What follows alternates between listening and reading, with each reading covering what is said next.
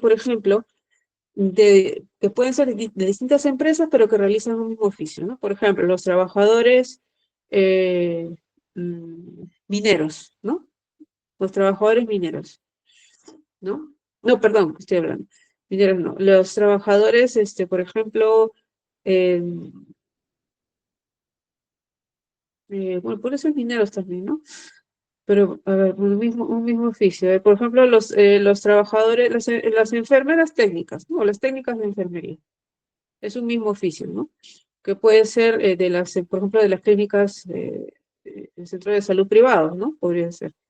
Entonces, allí, por ejemplo, es indiferente de dónde, de qué empresa sean o de qué clínica sean, pero realizan un mismo oficio, ¿no? También podría ser un ejemplo de eso. Y finalmente, de oficios varios, que son formados por trabajadores de diversas profesiones, oficios o especialidades que trabajan en empresas de distinta actividad, cuando en un determinado lugar, provincia o región, el número de trabajadores no alcanza el mínimo legal para constituir un sindicato de otro tipo, ¿no?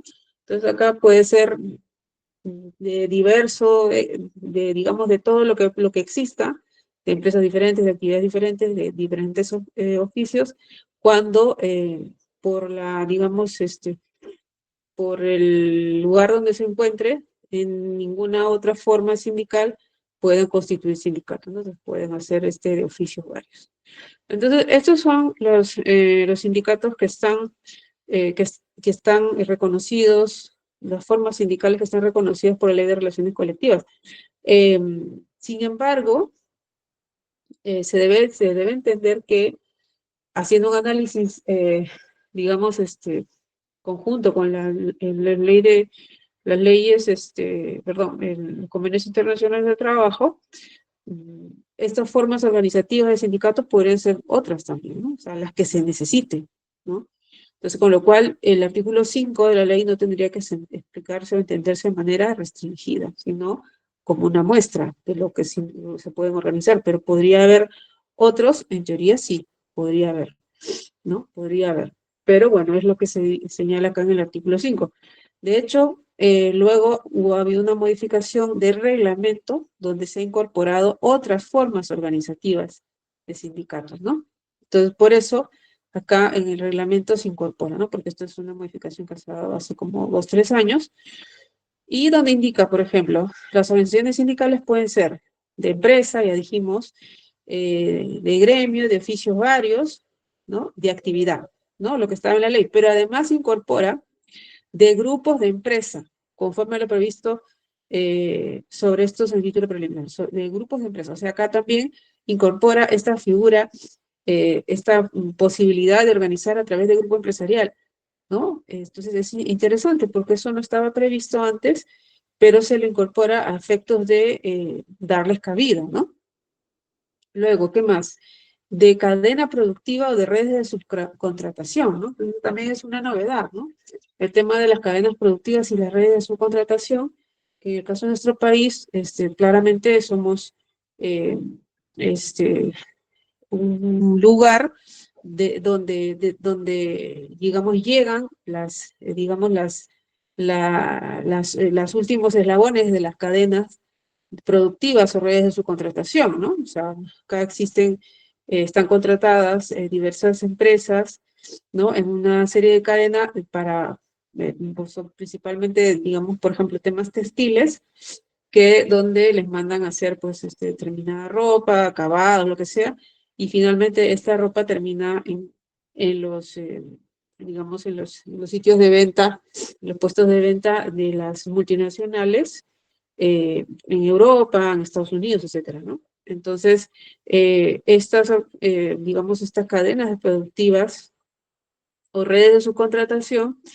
definitivamente mm, es digamos, una forma organizativa del trabajo, una nueva forma organizativa del trabajo, o sea, que viene de hace algunos años, que ha habido bastante impulso de esta manera de cómo se ha organizado el trabajo a través de las multinacionales, y entonces definitivamente, y es un espacio donde lamentablemente la defensa de los derechos humanos y los derechos laborales ha sido pues casi inexistente, ¿no? Entonces, por eso es importante impulsar que se conformen las organizaciones sindicales, lo cual es absolutamente difícil, ¿no?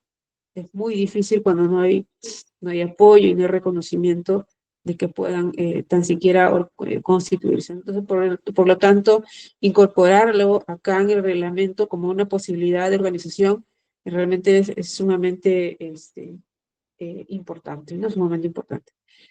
Independientemente de que bueno, ahora mismo no sé si se haya registrado algún tipo de sindicato de esta naturaleza, ¿no? Pero bueno, es un importante aporte de parte de la normativa.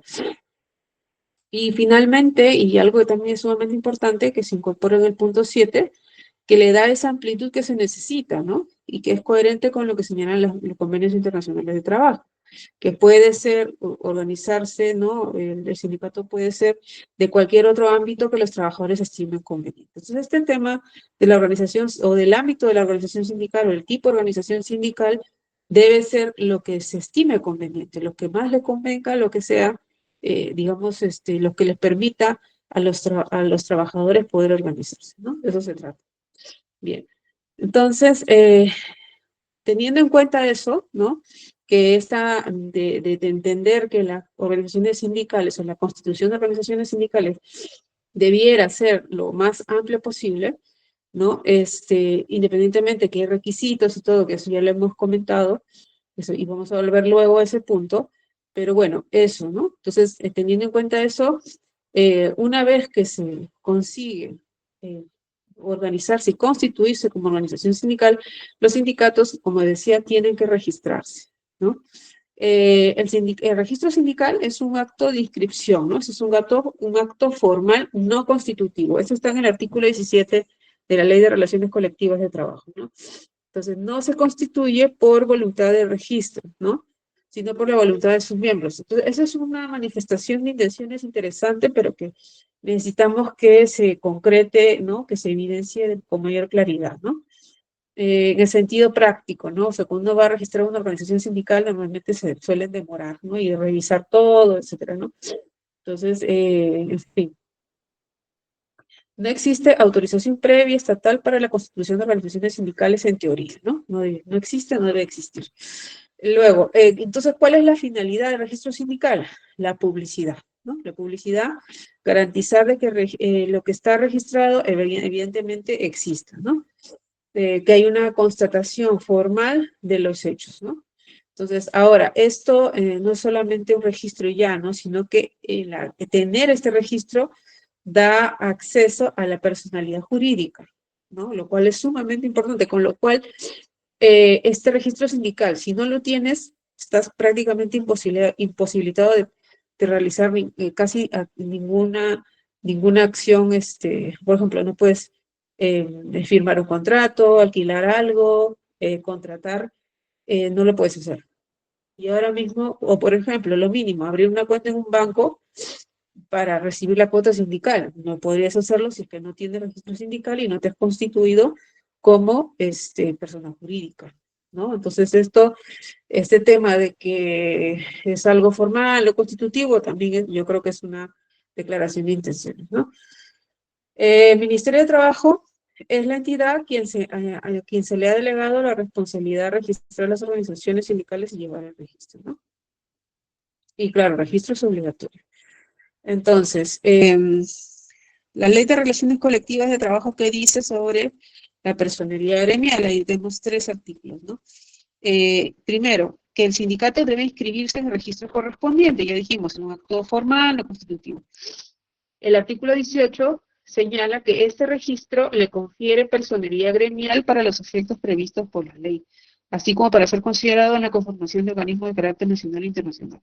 Entonces, esta personería gremial va a permitir realizar acciones como sindicato, ¿no? Hacer defensa gremial, ¿no? Defensa, representación de los sindicatos y respecto de sus afiliados y también para poder ser considerado en los organismos de carácter nacional e internacional, ¿no? O sea, se entiende, y vas a formar parte de una federación o una organización internacional, también deberías pues tener tu registro sindical, ¿no?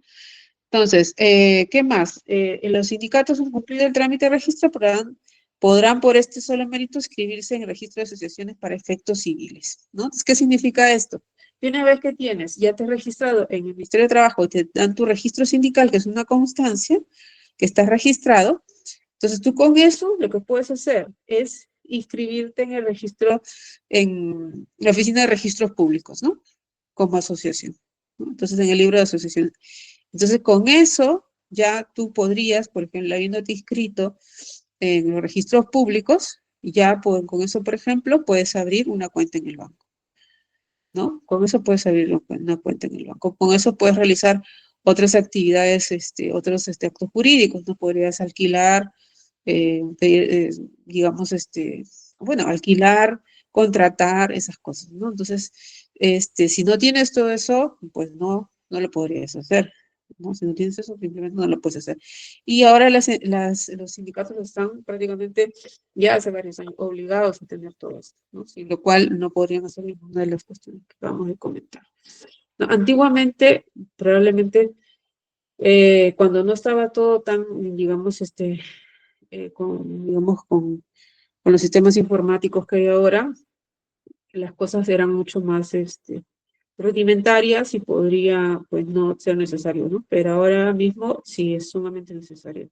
Es imprescindible en realidad, ¿no? Bueno, entonces, ¿qué más? Para registro sindical, ya hemos dicho que tanto el sector privado y público, quien se encarga de hacer el registro es el Ministerio de Trabajo, ¿no? O donde se realiza el registro es en el Ministerio de Trabajo. Entonces, para inscribirlo, bueno, para inscribir un sindicato, tienes que presentar la copia del acta de la Asamblea General de Constitución del sindicato, los estatutos, los afiliados, la nómina, cuáles son, bueno, del caso de los trabajadores afiliados, sus datos, sus DNIs, su ingreso de trabajar, la profesión, etcétera, ¿no? El caso del registro de federación o confederación, se tiene que indicar el nombre, número de registro sindical de las organizaciones sindicales afiliadas. O sea, cuando quieres registrar o constituir una federación, tienes que señalar allí qué sindicatos están afiliados, ¿no? Bueno, y la solicitud de forma de declaración jurada. En el sector público, igual, acá el registro es el registro de organizaciones sindicales de servidores públicos, el ROS, y los registros son, bueno, la copia del acta de Asamblea de Constitución, la nómina de Junta Directiva, copia del estatuto, nómina completa de trabajadores afiliados y la solicitud, básicamente. ¿Qué más? En el caso de federaciones y confederaciones de las organizaciones del sector público, el acta de la Asamblea de Constitución es lo mismo es lo mismo que la otra, nómina de la Junta Directiva, copia del estatuto y las nóminas de las organizaciones sindicales afiliadas también, ¿no? ¿Qué documentos debe tener una organización sindical? Libros de actas de asamblea, libro de sesiones de junta directiva, libro de registro de afiliación de adherentes, libro de contabilidad, debidamente sellados por la Autoridad Administrativa de Trabajo. Entonces, ¿qué significa esto? Bueno, lamentablemente, desde el punto de vista, eso ni siquiera tendría por qué estar mencionado allí, pero bueno, lo han puesto. El artículo 10 señala que hay, digamos, documentos o libros, ¿no?, internos que tienen registros, en realidad, que tienen las organizaciones, que deben tener las organizaciones sindicales, ¿no? En realidad, eso ya ni siquiera debería, eso debe ser decisión de las entidades, de los sindicatos, pero bueno, la ley ha mencionado que debe tener un libro de actas, de la junta directiva, en fin. Y todo eso tiene que ser sellado por la autoridad de trabajo, ¿no? Entonces, bueno, eso es lo que dice el artículo 10 de la ley. Bueno, ¿y cómo se organiza internamente un sindicato? Bueno, pues normalmente lo que la ley de relaciones colectivas señala cuando menos a la Asamblea General y la Junta Directiva, ¿no? La Asamblea General, pues, está conformado por todos los afiliados y la Junta Directiva, en el caso de sindicatos, y las federaciones y confederaciones, está conformado por los delegados de las organizaciones afiliadas, ¿no? En términos generales, es la autoridad máxima de la organización sindical.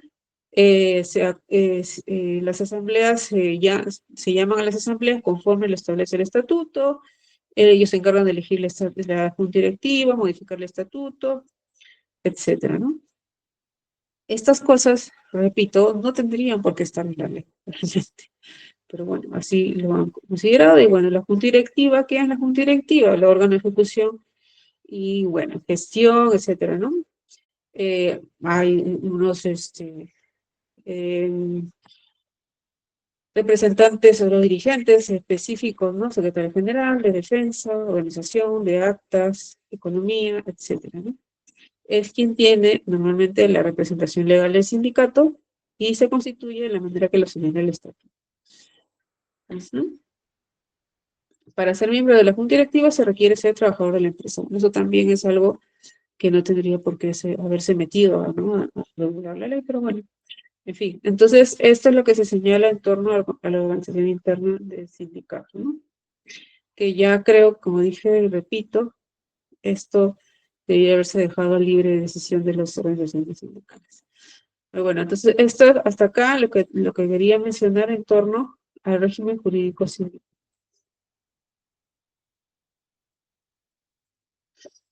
Bueno, no es un tema que esté muy complejo, entonces interesa más que entiendan claramente la parte de lo que es un sindicato. Vamos a ver ahora entonces lo que es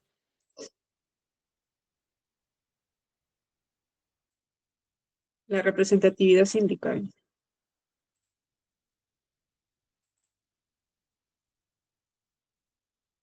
Ya, bueno, vamos a hablar de la representatividad. ¿A qué nos referimos cuando hablamos de representatividad? Em, lo que sucede es que, a ver, esto tiene que ver mucho con el tema de la pluralidad sindical, ¿no es cierto? Y la manera en la cual las organizaciones sindicales ejercen sus derechos colectivos, principalmente aquí el tema, por ejemplo, de la negociación colectiva, de la representación o la representatividad en la negociación colectiva. Entonces, pero lo vamos a mencionar aquí, luego lo vamos a volver a mencionar cuando hagamos negociación colectiva. Em, pero lo vamos a mencionar aquí porque definitivamente tiene que ver con lo que estamos conversando ahora en torno a las funciones de las organizaciones sindicales, ¿no? Entonces, de eso va la representatividad sindical, partiendo por el hecho de que estamos en un sistema de pluralidad sindical donde coexisten distintas organizaciones sindicales dentro de un mismo ámbito, ¿no? Entonces, ¿qué significa eso? Que está permitido, y en nuestro país es así, y en muchos países, en la mayoría de países es así, que en un mismo ámbito, o sea, cuando digo ámbito me refiero, por ejemplo, el ámbito de la empresa, que es donde, digamos, o al menos en nuestro país, donde vamos a encontrar más organizaciones sindicales de esa naturaleza, por ejemplo, del ámbito de la empresa, que en una empresa pueda haber uno o más de una organización sindical. Esa es pluralidad sindical. O sea, no estamos en la figura de decir ya, en esta empresa X hay un sindicato y ya no puede constituirse otro más porque ese ya está. Es un sindicato único. Eso no estamos en esa figura. Estamos en en el esquema de pluralidad sindical, con lo cual puede haber uno, puede haber dos, puede haber tres, puede haber las que puedan haber, ¿no? Siempre, recordemos, siempre que se cumplan, ¿no? Para los requisitos que se solicita o que señala la ley para la constitución de sindicato. Pero en principio coexisten distinta cantidad de organizaciones sindicales en un mismo.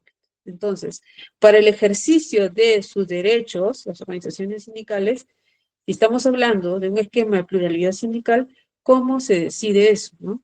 O sea, por ejemplo, para la negociación colectiva, ¿no? Para el inicio de la negociación colectiva, en una misma empresa existen tres sindicatos. ¿Con quién negocia el empleador?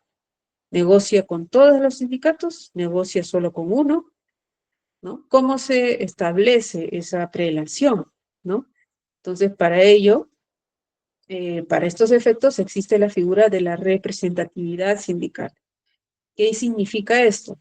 Significa o tiene que ver con lo que se denomina las organizaciones profesionales más representativas. O sea, quiere decir que pueden establecerse diferencias, ¿no?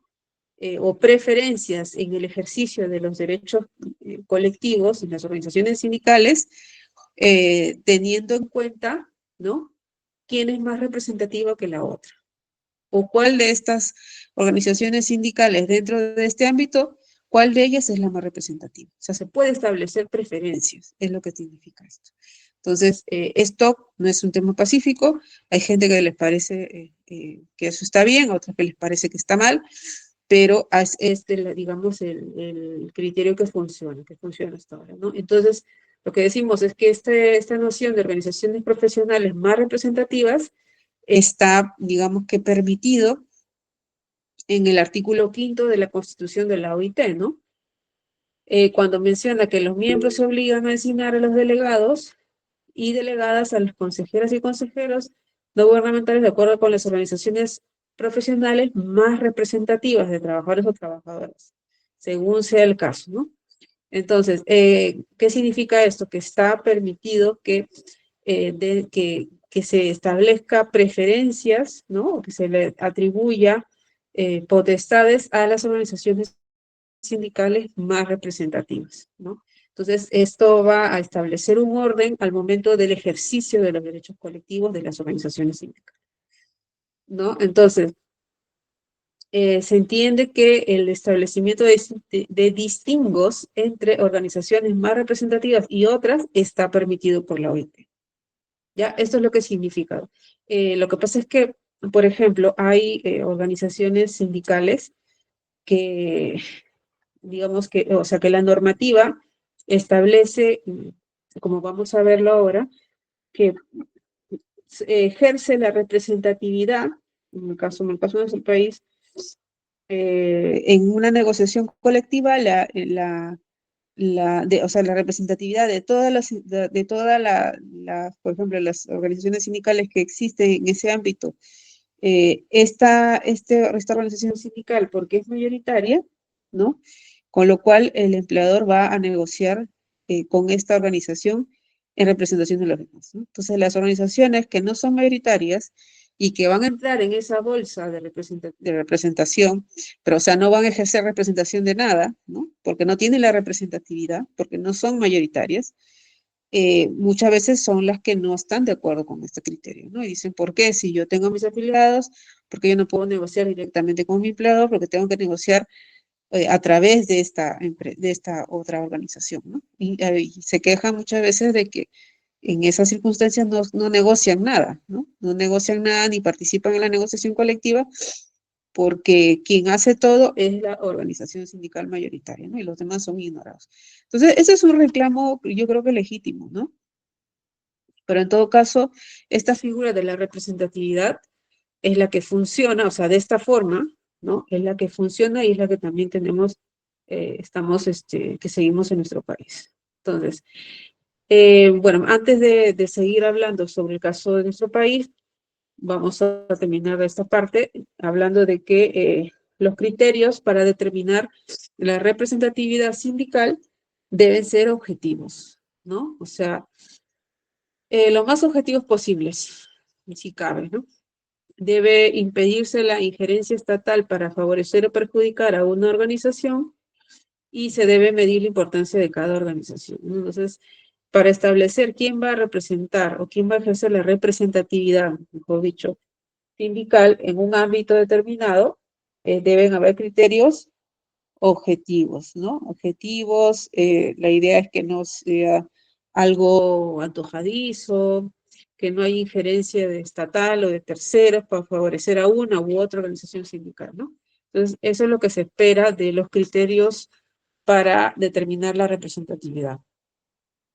Entonces, lo que dice el Comité de Libertad Sindical en la OIT es que en la legislación debe existir criterios objetivos, precisos y previamente establecidos para determinar la representatividad de una organización bueno, de trabajadores, y dicha apreciación no podría dejarse a la discreción de los gobiernos, ¿no? O sea, la idea es que estos criterios para establecer la representatividad eh, deban ser previos, ¿no? no dejarse a discreción de los gobiernos, que pueda ser utilizado para favorecer a uno u otro, ¿no? Entonces, ¿cuáles son los sistemas de representación o representatividad, en este caso, que se conocen, ¿no? Eh, por ejemplo, en el caso de España, me parece que la forma de representación sindical surge, o sea, ¿quién va a negociar colectivamente? ¿No? Surge a partir de las elecciones, ¿no? Hay unas elecciones que se dan en un determinado ámbito, ¿no? Por ejemplo, en una empresa, o por poner un ejemplo para que se entienda, los trabajadores mismos votan quién quieren que los representen, ¿no? Y de acuerdo digamos, al número de votantes que tenga A, B o C sindicato, se conforma la comisión negociadora, ¿no? Me parece que es una forma interesante. Entonces, prorrateadamente, de acuerdo a la cantidad de personas que participan, que los han votado, se conforma la comisión. Entonces, de esa manera. En el caso de nuestro país, no es así. En el caso de nuestro país, esta representatividad se basa en el grado de afiliación sindical, ¿no? O sea, es un tema cuantitativo, ¿no? O sea, ¿cuántos afiliados hay?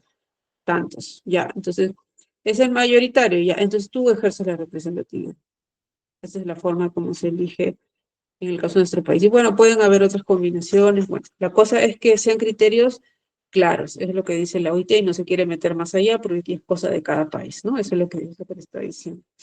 Pero bueno, entonces, esas son las formas o los sistemas de representación o representatividad sindical. Ya lo dijimos. ¿Cuál es el criterio en nuestro país? Es un criterio numérico, cuantitativo, ¿no? O sea, la organización sindical más representativa será aquella que tenga el mayor número de afiliados. ¿Y cómo se podría verificar esto? Bueno, con la constatación administrativa del número de afiliados. En el caso de nuestro país, como las organizaciones sindicales que hay son más que todo de nivel empresa, ¿no? Del nivel más pequeño. Entonces, normalmente el que sabe cuánto, si es mayoritario, minoritario, el número que tiene afiliados es el empleador. El empleador es el que sabe todo. Pero todos están en esa misma empresa, entonces el empleador sabe cuántos trabajadores y trabajadoras están afiliados al sindicato A, cuántos al B, cuántos al C. Ese era el caso. Entonces, es el empleador el que va a decir, ya, tú tienes la mayoría absoluta, o nadie tiene la mayoría absoluta, ¿no? Entonces, él en realidad es el que sabe. Cada sindicato sabe también, ¿no? Pero es el empleador el que tiene toda esa información, ¿no? O sea, es el poder que tienen ellos. Entonces, eso también es importante de tener en cuenta.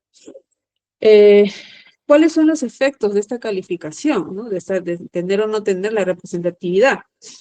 Prerrogativas para la titularidad en la negociación colectiva, que es lo más, digamos, lo más importante, ¿no? Decir que tengo representatividad o no tengo representatividad, ¿qué importa eso? Importa los efectos en tu participación en la negociación colectiva. Ese es, digamos, el efecto directo. Por eso es muy importante. Por eso es muy importante. Y por eso es que también a mucha gente no le gusta el criterio que tenemos en nuestro país. ¿Se puede cambiar? Claro, podría cambiar. Pero a alguien le interesa mover algo para cambiar eso, o sea, alguien que esté en el poder, no. Mientras tanto, pues va a seguir igual. ¿Sí, John? ¿Puedo hacer una pregunta, profesora? Sí, claro. Bien, sin salirme del tema, lo escucho con atención y pensaba en perspectiva histórica. En el siglo XX, posiblemente muchos de mis compañeros todavía no habían nacido y puede ser una noticia o un hecho muy, muy distante. En el siglo XX la competencia por la representación sindical se daba entre dos organizaciones, ¿no? La CGTP vinculada al PC de Jorge El Prado y la CTP vinculada al APRA. Pero este escenario, y hay una competencia no solamente a nivel de Lima, a nivel nacional, pero en las postrimerías del siglo XX, con la etapa de la guerra interna, la violencia política o lo que algunos cuestionan como terrorismo, este tema se vio afectado porque cuando Fujimori da el golpe de Estado el año 92, también privatiza las empresas públicas y golpea fuertemente a las organizaciones sindicales. Toda esta nueva legislación, este marco normativo, enlazando el comentario anterior a lo que estamos discutiendo, ¿responde a la aplicación del derecho internacional en materia laboral o también responde a lecciones aprendidas como país en nuestro propio proceso interno? Muchas gracias.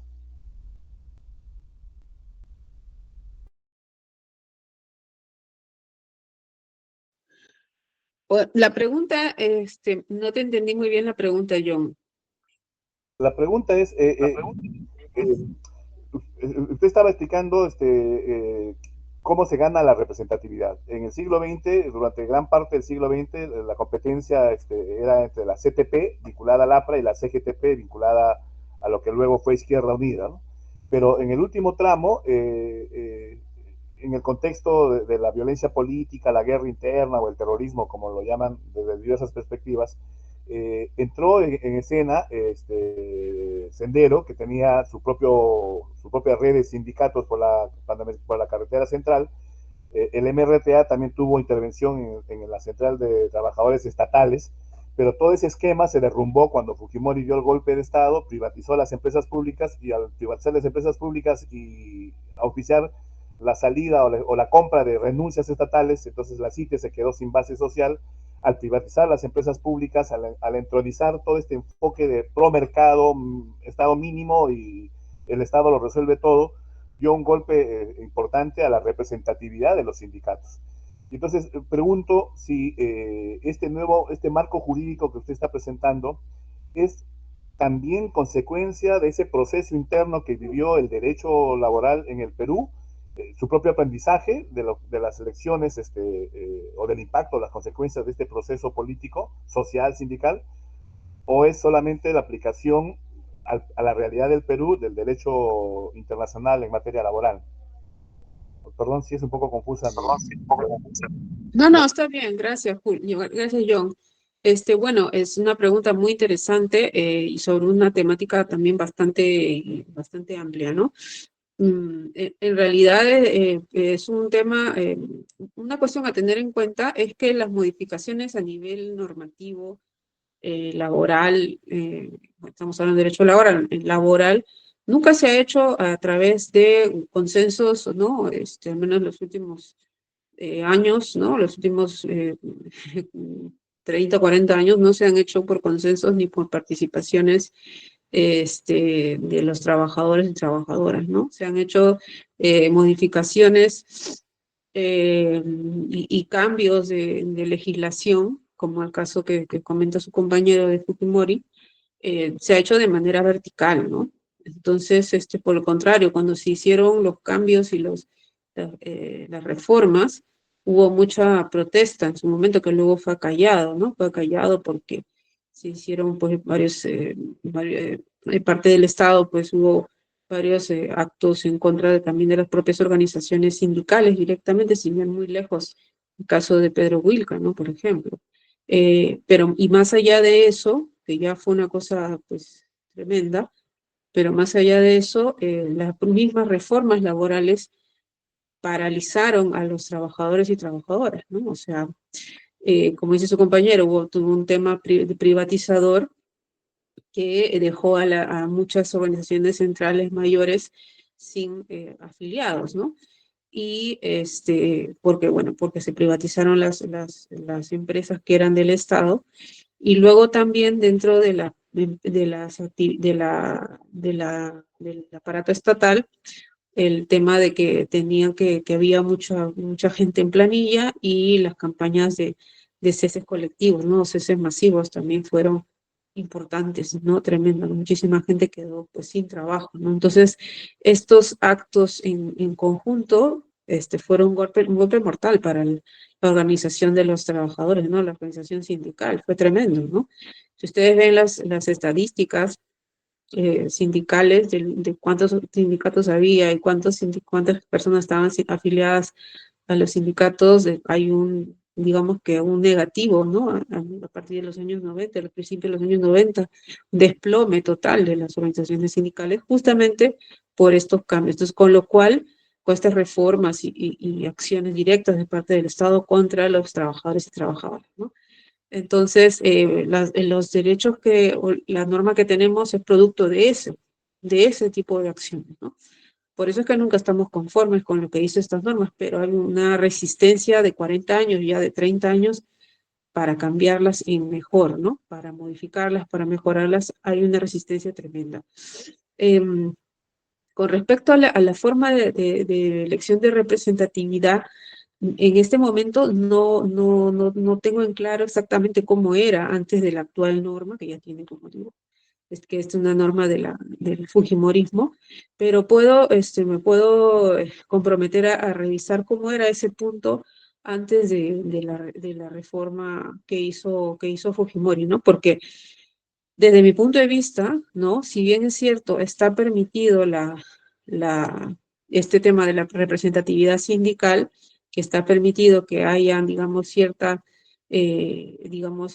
preferencia a que hayan organizaciones, o que las organizaciones con más representativas tengan,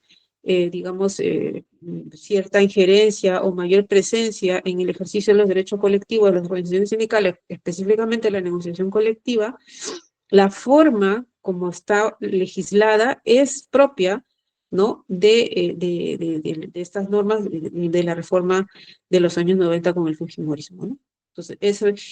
Y no es la mejor. Como ven, hay otras formas, ¿no? Y ese tema, por ejemplo, de que se elija a través de elecciones, ¿no? Cuando hay representación o cómo se va a conformar las, este, las juntas, perdón, las comisiones negociadoras, yo creo que es una forma mucho más democrática, ¿no? Pero, claro, hay muchos intereses de por medio y, en fin, ya. Pero podría manejarse otra forma, ¿no? Sí, Roberto. Sí, profesora, justo sobre el tema de cómo era la legislación en materia colectiva antes del gobierno de Fujimori, es que ahí yo tengo un poco de información que de lo que investigué desde la década de los 60. Gracias, amigo. Lo que pasa es de que el gobierno de Velasco intentó introducir una especie de regulación corporativista de las relaciones colectivas de trabajo, que justamente lo que buscaba era como que armonizar los intereses de la clase trabajadora y de la clase burguesa. Y por ello es de que en muchos sentidos, si bien se establecieron muchas garantías para los trabajadores en materia colectiva, a su vez también lo que hacía muchas veces era suprimir los sindicatos, ellos para que también se den unas facilidades a las empresas. Por eso es que en cierta medida ya existía un modelo que en unos aspectos, como también el tema de la representatividad sindical, ya le daba a los trabajadores como que les limitaba bastante su autonomía para poder elegir cuál sindicato iba a ir a negociar, porque lo que se buscaba era integrar a los sindicatos en uno solo, o sea, formar federaciones como lo que existen en países como Argentina. Sin embargo, al final ya existía también una forma en la cual se suprimía en cierta medida el autogobierno de los sindicatos, que luego ya se reproduce cuando se introduce el modelo a que introduce el gobierno Fujimori. Eso quería comentar, profesora. Muchas gracias, Roberto. Muchas gracias por tu aporte. Sí, pues ahí hay un tema pues que analizar mejor, pero y como dije, ahorita no tengo en mente exactamente cómo era. Bueno, gracias a Roberto ya tenemos alguna idea de cómo eran digamos, la representatividad o cómo funcionaban las organizaciones sindicales, pero de hecho lo que sí es real es que la intervención al funcionamiento de las organizaciones sindicales a nivel estatal en nuestro país siempre ha estado, ¿no? O sea, siempre ha habido. Con el Fujimorismo yo creo que ya ha sido una cosa tremenda, pero yo creo que más allá de eso, ¿no? Y de ilustrarnos con cómo haya sido, es importante plantearse cómo podría ser, ¿no? Una reforma en la representatividad sindical, ¿no? Yo creo que eso sería sumamente enriquecedor. El problema es que nosotros como especialistas, o digamos, queremos ser especialistas en derecho de trabajo, que nos guste el derecho de trabajo, y en temas de derecho colectivo, digamos, podemos tener una idea y plantear, ¿no? Pero hay un tema sumamente importante que es justamente la acción de los trabajadores y trabajadoras, ¿no? La fortaleza de las organizaciones sindicales que van más allá de fórmulas normativas, ¿no? Fórmulas legales, que en realidad no tendrían ya que ver con eso, más bien, ¿no? Entonces, ahí es un tema, pues, que necesitamos si plantearse alguna reforma, tiene que ser con las organizaciones sindicales, ¿no? Porque si no, caemos en lo mismo, ¿no? Caemos en lo mismo, en las reformas sindicales o de ejercicio de los derechos, en este caso derechos colectivos, que vienen dadas desde arriba, de manera vertical, sin tener en cuenta ni considerar a las organizaciones sindicales, ¿no? Entonces, toda reforma que venga, que se plantee, tiene que ser con la participación de organizaciones sindicales. Así tengamos organizaciones sindicales no tengamos un movimiento sindical muy fuerte o muy grande, pero se los necesita, ¿no? Porque son ellos los que lo van a ejercer. Y si no están de acuerdo o no lo entienden o no, o sea, eh, no están conformes con la fórmula, ¿no? No les parece que les va a servir, imagínense para qué nos la planteamos, ¿no? Tiene que ser siempre con ellos. Sí, Roberto, ¿ibas a, ¿quieres decir algo o te dejaste con la Ah, mano arriba? no, no. Ah, no, se quedó en mi mano, nada más. Nada más. Ya, ya, ya. Ya, bueno, gracias a Robert. Julio, está pendiente hacer la verificación de la norma, también, bueno, con lo que nos ha aportado Roberto, para poder terminar de responder tu pregunta tan interesante. Como siempre, John, que haces tus preguntas muy interesantes. Bueno, agradezco siempre las preguntas, ¿ah? Vamos a continuar entonces hablando de la representatividad sindical. Volviendo a este punto, el artículo 9 de la Ley de Relaciones Colectivas de Trabajo, ¿qué criterios, no, o sea, considerando el tema de la representatividad, cómo está regulado en nuestro país? ¿No? El artículo 9 lo señala. El sindicato que afilie la mayoría absoluta de los trabajadores comprendidos dentro de su ámbito asume la representación de la totalidad de los mismos, aunque no se encuentre afiliado. Primer criterio, ¿no? Si hay un sindicato que afilia a la mayoría absoluta de trabajadores del ámbito, este sindicato va a representar a todos, sean afiliados o no afiliados. Entonces, ese es un primer criterio sumamente importante. Entonces, en un ámbito, digamos, de la empresa, existen tres sindicatos. Un sindicato tiene la mayoría absoluta y los otros, y la mayoría absoluta, cuando digo mayoría absoluta, me estoy refiriendo a 50% más uno, ¿ya? De los trabajadores del ámbito. Entonces, hay un sindicato que afilia los 50% más uno de todos los trabajadores de ese ámbito. Y los otros dos sindicatos son sindicatos pequeños, ¿no? Entonces, pero que existen y están ahí. Entonces, pero si hay uno mayoritario, ese mayoritario va a asumir la representatividad de todos los trabajadores del ámbito, incluidos sus afiliados, incluidos los afiliados de los otros dos sindicatos minoritarios y incluidos también los trabajadores y trabajadoras que no están afiliados a nadie, a ningún sindicato. Entonces, todos, ¿ya? Es un primer criterio. Segundo, de existir varios sindicatos dentro de un mismo ámbito, podrán ejercer conjuntamente la representación de la totalidad de los trabajadores, los sindicatos que afilen en conjunto a más de la mitad de ellos. Es decir, si estamos nuevamente en un ámbito de la empresa y en ese ámbito de la empresa, nuevamente existen tres sindicatos, pero esta vez ninguno de los tres sindicatos es mayoritario, todos son sindicatos minoritarios, o sea, pequeños, ¿no? Digamos. Ninguno afilia a la mayoría absoluta de los trabajadores del ámbito, ¿no? Pero están ahí, son tres. Entonces, lo que dice este segundo criterio es que en este caso pueden ejercer conjuntamente la representación de los trabajadores si en esa, digamos, si conjuntamente afilian a más de la mitad de ellos, ¿no? O sea, existen estos tres sindicatos minoritarios en este ámbito y entonces ninguno de ellos es mayoritario, ya lo dijimos, pero deciden agruparse o hacer una coalición, ¿no? Coaligarse, ¿no? Hacer una coalición. Se pueden juntar estos dos de los tres, hacen una coalición con la que ya son, digamos, sumando los afiliados del sindicato A más el sindicato B, ya es mayoría, o sea, más del 50% más uno, ya asumen la representatividad de manera conjunta, o sea, estos dos sindicatos que se han unido, de todos, ¿no? Se le aplica el mismo criterio del primer párrafo del artículo 9 que acabamos de señalar hace un momento, ¿ya? En este caso. Se pueden, digamos, pueden hacer una coalición, tres sindicatos, estos tres sindicatos, no solo los dos, sino tres sí, o sea, pueden hacer lo que quieran. La cosa que está diciendo acá es que se pueden hacer una coalición donde si sumando en total son 50% más uno de trabajadores agrupados allí, ejercen la representatividad de todos, ¿no? Eso es lo que está diciendo. Finalmente, bueno, de no haber acuerdo, ¿no? Es decir, Bueno, acá hay otra cosa más que señalar. En tal caso, los sindicatos determinarán la forma en que ejercerían esa representación, sea a prorrata, proporcional al número de afiliados o encomendada a uno de los sindicatos. Esto significa, bueno, si hay una coalición, cómo se organizan entre ellos, ¿no? Y eso ya es cosa de ellos, ¿no? Cómo se organizan entre ellos para hacer la representación. La cosa es que hay una coalición, ¿no? Entonces ya verán.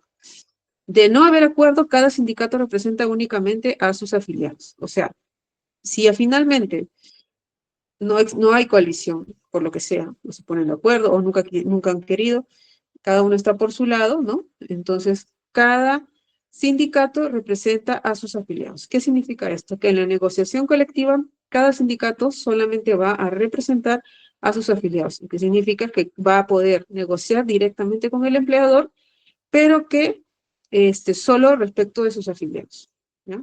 En cada uno de los sindicatos minoritarios. ¿Ya? Entonces, esos son los tres criterios, ¿no? Uno, el mayoritario. Si hay un sindicato mayoritario, es decir, que afilia el 50% más uno de los trabajadores del ámbito, va a representar a todos los trabajadores del ámbito, incluidos sus afiliados, la gente que no está afiliada a nada, y si hubieran otros sindicatos minoritarios, también a esos lo va a representar. Segundo criterio, si solamente hay sindicatos minoritarios en un ámbito, pueden unirse, y si de su unión, ¿no? O coalición, como quieran llamar, se juntan y son sumados ambos números de afiliados, son más del 50% más uno, o sea, son mayoritarios, igual manera ejercen la representación de todos los trabajadores del ámbito, ¿no? Incluidos sus afiliados, los no afiliados, y si hubiera otro sindicato por ahí que no entró en la coalición, también a ellos lo representan. Tercer y último criterio, si solamente hay sindicatos minoritarios que no se han unido ni nada, y cada uno estaba, como se dice, bailando por su pañuelo, con su pañuelo, solamente van a representar a sus afiliados y a nadie más. Ya. Entonces, bueno, esto ya lo hemos dicho, esto después lo decimos. ¿Qué más? A ver, ¿qué más hay por acá? Ya. ¿Qué quería decir? Ya. Esto, ahorita voy a mencionar esto, ¿ya? Acá hubo una modificación en el reglamento de la Ley de Relaciones Colectivas muy importante. ¿Por qué? Porque sumado al criterio que acabo de señalar, se incorporó el artículo 4A al reglamento, donde dice: en materia de negociación colectiva, cuando el sindicato no afilia a la mayoría absoluta de los trabajadores comprendidos dentro de su ámbito, representa únicamente a sus afiliados de conformidad con lo previsto en el artículo 9 de la ley, ¿no? Eso es algo que ya estaba señalado allí, pero acá lo han vuelto a mencionar y precisar, ¿no? Por si acaso no se entendía. Ya dijeron, acá te está diciendo, solo representa a sus afiliados, los sindicatos minoritarios. Entonces, aquí es otro artículo que está modificado, el artículo 28 del reglamento, y acá hace una precisión sumamente importante. Porque si han visto, en el caso del artículo 9, que acabamos de leer, solamente habla de representatividad, ¿no? Pero no menciona expresamente, o sea, se puede deducir, pero no menciona expresamente los efectos de esa representatividad, ¿no? Que tiene que ver específicamente con la negociación colectiva. ¿Cuáles son sus alcances? Entonces, eso está señalado en el artículo 28. En la convención colectiva, las partes podrán establecer el alcance, las limitaciones o exclusiones que acuerden, siempre que las mismas no establezcan diferencias injustificadas. Ya. El empleador no puede extender de forma unilateral los alcances de la convención colectiva a los trabajadores no comprendidos en su ámbito de aplicación. Entonces, acá lo que señala es que, con respecto al efecto de la representatividad en la negociación colectiva, que se debe entender que si hay, digamos, sindicato mayoritario, el mayoritario va a representar a todos, ya hemos dicho, ¿no es cierto? A todos los trabajadores del ámbito, con lo cual los alcances de la negociación colectiva serán también para todos. Si hay un sindicato, si no hay mayoritario y hay minoritario, ¿no? Los minoritarios representan solo a sus trabajadores, por lo tanto, los efectos de la negociación colectiva solamente serán para sus trabajadores, ¿no? Entonces, si firman un convenio colectivo, ese convenio colectivo, los beneficios que se incorporen serán para sus trabajadores, en el caso de los sindicatos minoritarios. Y otra cosa que señala acá el artículo 28 es que el empleador no puede extender de forma unilateral los alcances de la convención colectiva a los trabajadores no comprendidos en su ámbito de aplicación. Es decir, no se puede el empleador no puede extender esos alcances, ¿no? Fuera de lo que señala la ley. No lo puede hacer, ¿no? Y eso porque hubo acá un debate, pues, de una práctica sistemática de los empleadores, de pese a que habían firmado un convenio colectivo solamente con un sindicato minoritario, y que, por lo tanto, digamos, esos alcances, ese convenio solamente tenía alcance para los afiliados, el empleador lo que hacía era extenderlo de manera, o sea, lo decidía y lo extendía él solito, y se lo daba a todos los demás, ¿no? Entonces, lo que está haciendo el artículo 28 es decir, esto no lo puede hacer, ¿no? Eso no lo puede hacer, es lo que está diciendo el artículo 28. Entonces, volviendo a esta parte, entonces, ¿qué implica lo señalado por la Ley de Relaciones Colectivas? ¿No? Creo que esto ya lo hemos mencionado, pero digamos para que quede claro, los sindicatos mayoritarios asumen la representatividad del total de trabajadores del ámbito, así no sean afiliados al sindicato y por tanto les son de aplicación los efectos del convenio colectivo suscrito. ¿Ya? Los sindicatos minoritarios solo representan a sus afiliados y por lo tanto les son de aplicación solo a ellos los efectos del convenio colectivo suscrito. ¿Ya? Entonces vemos que la representatividad tiene efectos, por supuesto que sí. ¿Cómo se establezca la representatividad? ¿Tiene efectos? Por supuesto que sí, ya lo estamos viendo conforme lo estamos resumiendo acá.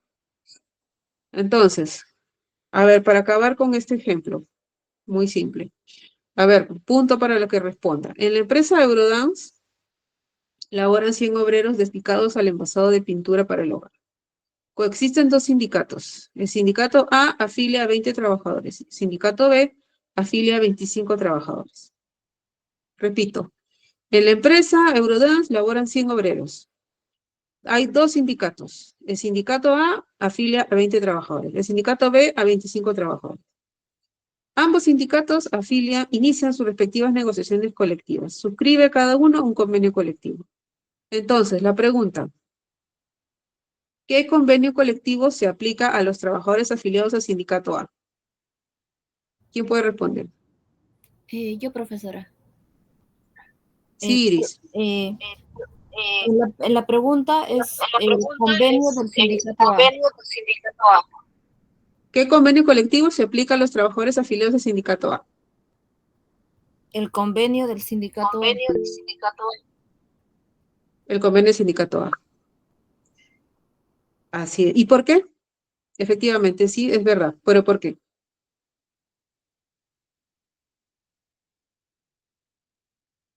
Iris. ¿Por qué se le aplica al sindicato A el convenio del sindicato A? ¿Valeria? Sería solo los de la A porque es un sindicato minoritario que afilia al número de solo sus afiliados. Muy bien, Valeria, así es por eso, ¿no? El convenio colectivo que le aplica al sindicato A es su convenio colectivo, ¿no? ¿Pero por qué? ¿Por qué no? ¿Por qué es eso? Porque es un sindicato minoritario, ¿no? O en todo caso, ambos son sindicatos minoritarios, ¿no? ¿Qué más? ¿Qué convenio colectivo se aplica a los trabajadores no afiliados a ningún sindicato? Robert, por favor, puedes ir anotando las participaciones. Profesora, Claro, profesora. la siguiente pregunta es, no se le aplica Iris, pero tú ningún... ya, pero tú ya participaste, hija. Ya estás anotada, no te preocupes. Está bien, gracias, profesora. A ver, alguien que no sea Iris, por favor. Gracias, Iris. No, perdóname. Lo digo para que más participen. A ver, ¿qué convenio colectivo se aplica a los trabajadores no afiliados a ningún sindicato? ¿Quién puede responder?